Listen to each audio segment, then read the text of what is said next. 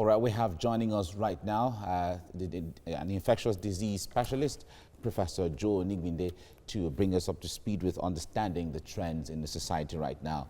Good morning, Professor. Nice to see you. Good morning. Good morning. Right.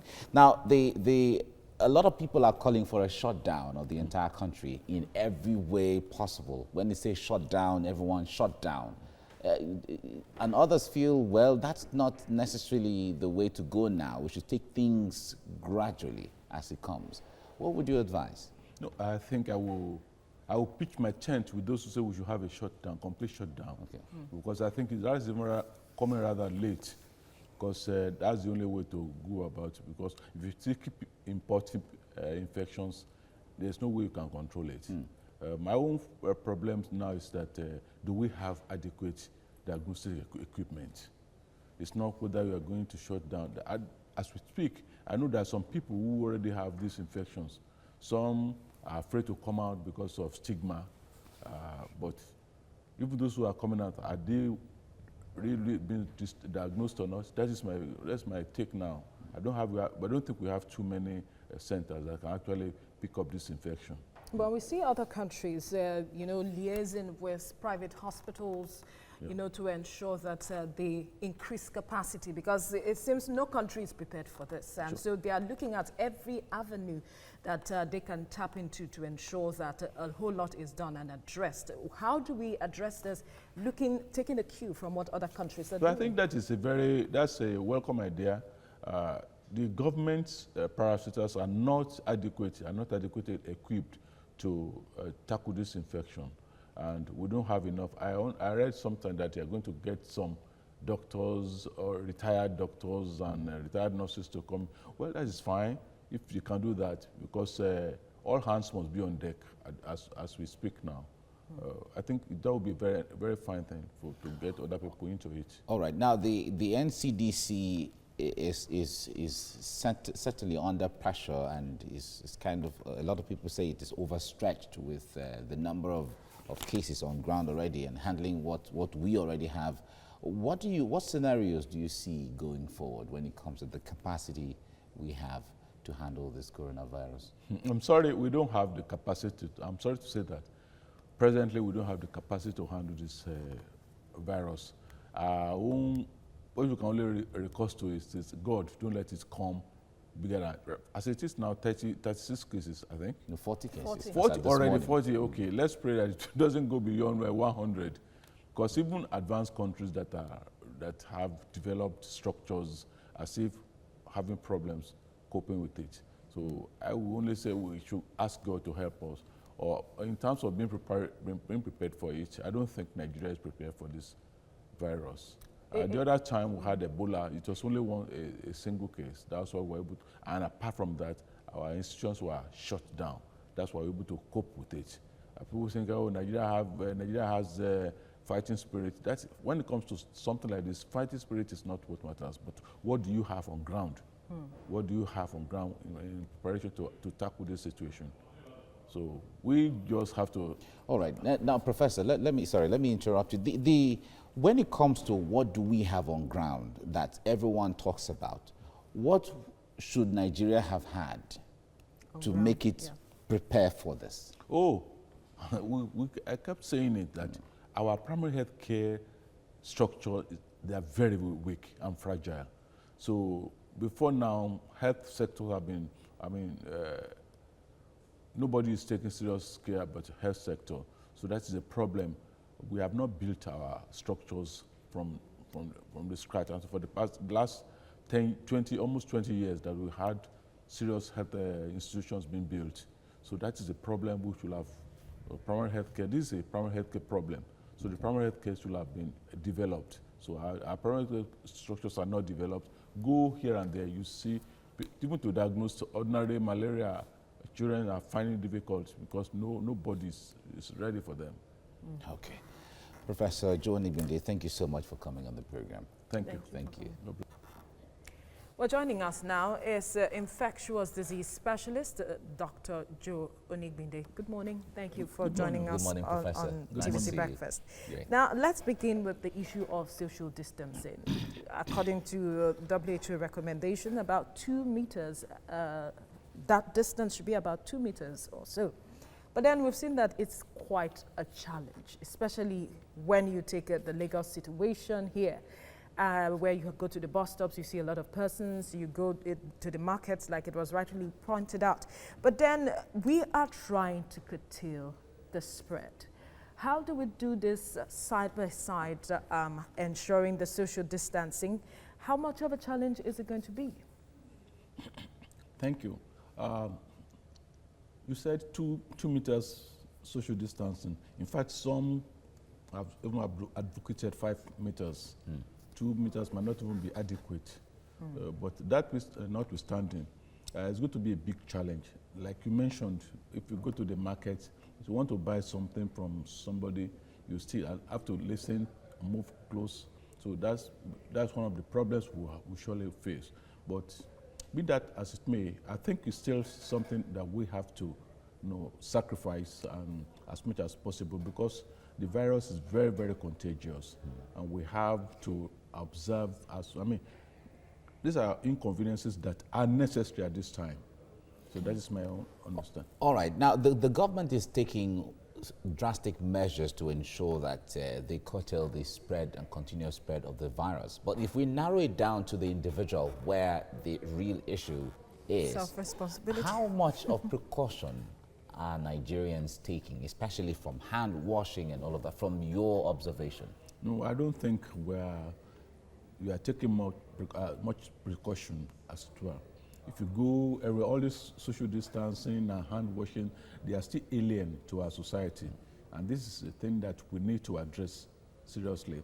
Go to hospitals, go to workplaces and so on. You still find it, very few people. Anyway, in the last few days, we see a lot of people trying to buy hand sanitizers. And even that, people have turned into business. Hand sanitizers that were selling for 400 naira going to 5,000 and all that. If you can't even find some of these things. So this is the problem we have to address as Nigerians, that this is a commitment not just to be only taken by government, but everybody, as you say, sacrifice. Those seize an opportunity to make profits, unnecessary profit. So I think our National Agency for National Orientation Agency should come out and do something. And talk to people that this is a sacrifice. We should not even change it to trying to extort people through it. All right. The WHO is talking about political commitment, and that if that is done, it can actually change the trajectory. On the part of Nigeria, what will that be? What would it take to change the trajectory? What kind of commitment would you expect to see on the part of government? Yeah, like we said, the government has to take the lead. And I think as this thing is affecting some of them, like we read in the newspaper, some of our leaders, and they can't go out now. I think it's time they actually took some decision, far-reaching decision. What would these decisions be? What would you expect? Well, it's coming a bit late. They should have started building our structures, especially health structures. In the past 20 years, we've not had any solid thing when it comes to medical health decisions. We have actually relegated our health sector to the background and the education sector. So it is time that we actually took this thing very seriously and begin to organize development, human development and structural. But as it is, it seems we will not be able to do that because of the situation of things. Yes. So in the immediate, what can they do? What kind of commitment? Well, they have, number one, the first commitment is to the doctors and the nurses. Many of them are not being paid. You see, as we speak now, many Nigerians are trooping out of the country, especially medical professionals. So they should address that, address the issue. And I understand they want to bring in retired doctors, retired nurses. How committed are they to those who are retired? And so I think the government should be up and doing when it comes to financial commitment towards health sectors, number one. Then number two, also, you mentioned it's a bit late now to start constructing whatever, but I think it's not late. It's better late than never, because we may say that we not have another thing like this. But in the next 1 or 2 years, God forbid, a bigger problem. So it is time they started actually restructuring our health sector. Yeah, right. About a year ago, the president promised or pledged to build about 10,000 primary health care centers. You mentioned the issue of how central primary health care center will be in tackling issues like this, since it is public health. How much of that is being implemented We from just your read, observation? we read these things in the newspapers and on the TVs and so on. These things are not being done. Rather, they just use it as an opportunity to bring out money and share the money amongst themselves, which is very sad. That's very sad note. You say we are doing something. For instance, now with this COVID-19 or COVID-19, you see, they said they are already devoting some money to it. But what are they doing with the money? They said they are forming a committee. Who are those people in the committee? If not, they are the cronies there. They are doing nothing. They're just seeing it as an opportunity to bring out money out of the coffers of government and share it among themselves. It's unfortunate. It is that bad that nothing is actually being done. Do you read that we are reading 10,000 primary health care? Go out. Where are these 10,000 health structures that have been built? Look at our the IDH. It's still as it was 30 years ago. Yeah, they say, oh, we are developing. Go there. I went there last week. I was very, very appalled by what I saw. Very, very appalled. Very, very bad. We don't have commitment to all these centers or all these structures. So when you have something like, God forbid, next year another one will come, it may be monkeypox or something else will come, and you start running around, you still see as much, okay, let's devote another 1 trillion naira, and they will share it among themselves. It is sad. I think we have to change our orientation. We have to change our orientation, begin from the leaders down to the masses. All right. Professor Joe Onigbinde, thank you so much for your time on the program. Thank you very much. Thank you. Well, joining us to talk about this and more is infectious disease specialist, Dr. Joe Onigbinde. Good morning. Thank you for joining us on TVC's Breakfast. Now, one of the strategies that Nigeria, the government is saying that it is implementing is the aspect of testing. And some have said perhaps Nigeria should look at blanket testing. How is that the way to go, or how do you see this working out? Blanket testing will be difficult, almost in fact impossible in Nigeria as it is now, because even only very few centers can actually diagnose these infections. I don't know if we have up to 10 centers, so I don't know how we're going to do blanket testing with limited resources and personnel. So I don't think it's going to work out. But in the case of HIV, it was as much as it was at that time, there was advice to just go to a medical center and get tested. Yeah. Yes, but HIV is different from this case. You know, okay. HIV, fortunately, I worked in the HIV lab in those days.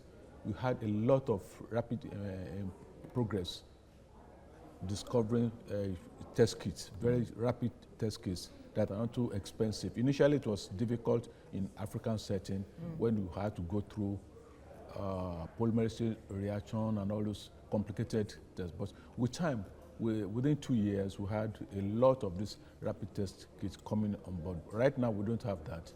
We don't have that, and I don't see that in the nearest future, unfortunately. Really? Yes. Why is that? Is it because this is novel as it is being This is called? novel, number one, Yeah. and this is novel, number one, and Nigeria is still far behind. You see, even advanced countries, you still have these testing kits for this particular virus. Still, they are short of it. So I don't see Nigeria. So what would be the option, since that is a major focus for us now? Should we be looking at clusters? How do you?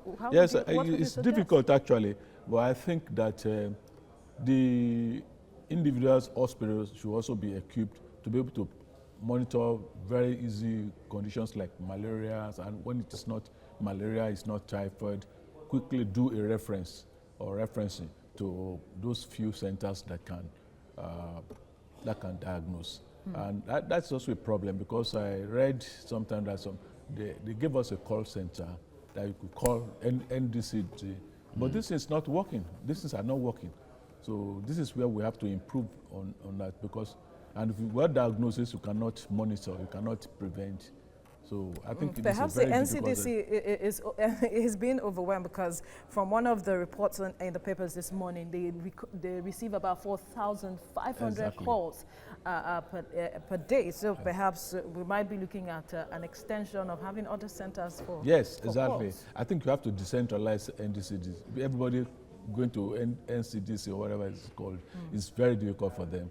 So I think you have to do a decentralization. Actually, in each state there should be testing centers, which I'm not aware of present right now.